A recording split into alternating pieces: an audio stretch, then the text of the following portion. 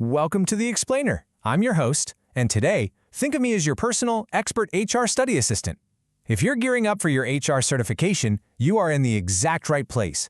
We're going to break down Section 1.3, Workforce Planning and Employment Strategies. We're taking that dense textbook material and turning it into a totally structured, exam-ready blueprint. By the time we wrap up, you'll be able to easily spot the differences between all those super confusing, similar-sounding HR terms. You're going to feel completely confident tackling these concepts on test day.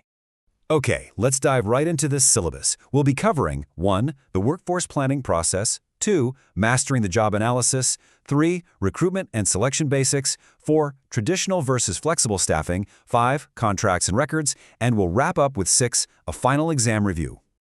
Section 1. The workforce planning process, mapping the future.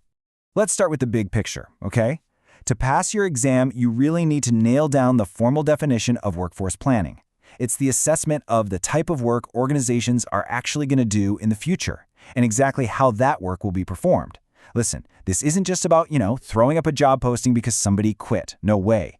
It's a highly strategic process. As HR pros, we have to look at internal factors, like the skills our current employees have, and weigh those against external factors, like brand new tech or crazy shifts in the economy. It's all about perfectly aligning your human capital with the company's long-term strategic business plan. Now, if you take literally only one thing away from this section, memorize these 4 sequential steps. I mean it. Test makers absolutely love asking about this exact process. Step 1, supply analysis. Step 2, demand analysis. Step 3, gap analysis. And step 4, solution analysis. You have got to know them in this exact order because they form the foundation of pretty much all staffing strategies. All right, heads up, because here is a massive exam trap. Students mix up supply and demand analysis all the time. So remember this. Supply analysis looks at the organization as it currently exists. Right? It's your current supply of labor and skills. Demand analysis, on the other hand, well, that forecasts the organization's future workforce composition based on business issues. Supply is today, demand is tomorrow. Once you compare the two, you find your gap, and then you create a solution to fill it. Keep that timeline straight, and you are going to nail any question they throw at you on this topic. Moving right along to Section 2, Mastering the Job Analysis, the foundation of hiring. Okay, so we've done our high-level, big-picture organizational planning. Now let's zoom way in on the specific roles themselves. A job analysis is basically the process of gathering, examining, and interpreting data about a job's specific tasks and responsibilities. So the absolutely crucial point here is that a job analysis evaluates the job itself, not the person who happens to be doing it right now. Now, doing this right requires cooperation from the employee, their managers, their coworkers, just to truly understand all the duties, the percentage of time spent on different tasks, and the actual conditions of the work. But always remember, you're analyzing the seat, not the person sitting in it. The data you gather in that job analysis gets used to create 2 very distinct documents. Please do not mix these up on the exam. First, the job description. This defines the work. It outlines the essential and non-essential tasks, the responsibilities, and the reporting structure. The job specification, however, identifies the qualifications of the worker. It lists the knowledge, skills, and abilities. You'll often see this called KSAs, along with the required education and experience. So, description equals the work. Specification equals the worker's required qualifications. Simple as that. Section 3. Recruitment and selection basics. Finding the talent.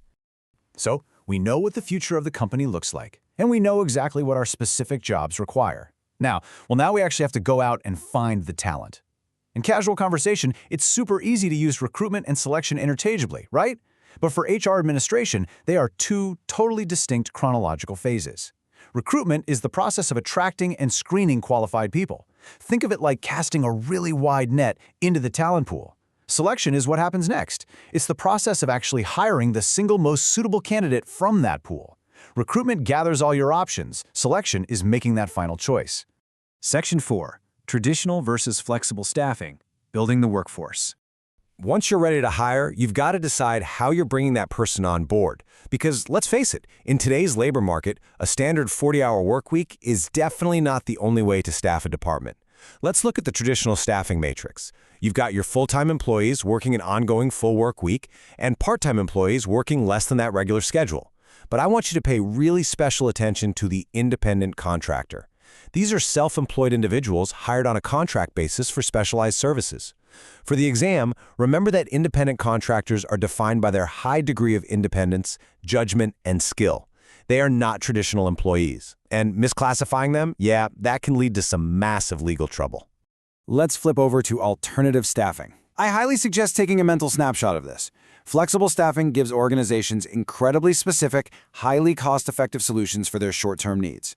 So we've got temporary workers or floaters who step in for a specific short period, on-call workers who literally only report when they're absolutely needed, seasonal workers, which you see a ton in agriculture or tourism, and contract workers who are usually highly skilled individuals supplied by an outside firm for a specific long-term project. Knowing the nuances here will definitely earn you easy points on the test. Section 5. Contracts, Records, and Compliance. The HR Paper Trail. All right, we've planned, we've analyzed, and we've acquired our talent. Now comes the critical administrative work. HR has to document everything meticulously to maintain compliance and keep the company out of court. Once an organization lands on a staffing arrangement, those terms absolutely need to be put into writing. And this perfectly illustrates why. Sure, an oral agreement can technically be enforceable, but written contracts completely prevent misinterpretation. A rock-solid contract will clearly lay out the terms of employment, the job expectations, confidentiality rules, compensation, non-compete clauses, and severance provisions. Ultimately, it protects both the employee and the organization. And it doesn't stop at the initial contract. HR is on the hook for the entire employee records management lifecycle. This isn't just about shoving a piece of paper into a dusty filing cabinet. It starts with creation and receipt, moves to maintenance and use, and requires highly secure storage, whether that's physical or electronic. But hey, don't forget the very end of the lifecycle. Compliance with legal retention laws and the eventual careful, timely destruction of those documents are just as critical as creating them in the first place. You can't just keep things forever. Now, when you're documenting an employee's ongoing performance, there are two terms you absolutely have to be able to tell apart. A performance diary is a record of crucial incidents or behaviors, and that means both the good and the bad. Supervisors use diaries to justify the comments they end up making on annual performance appraisals.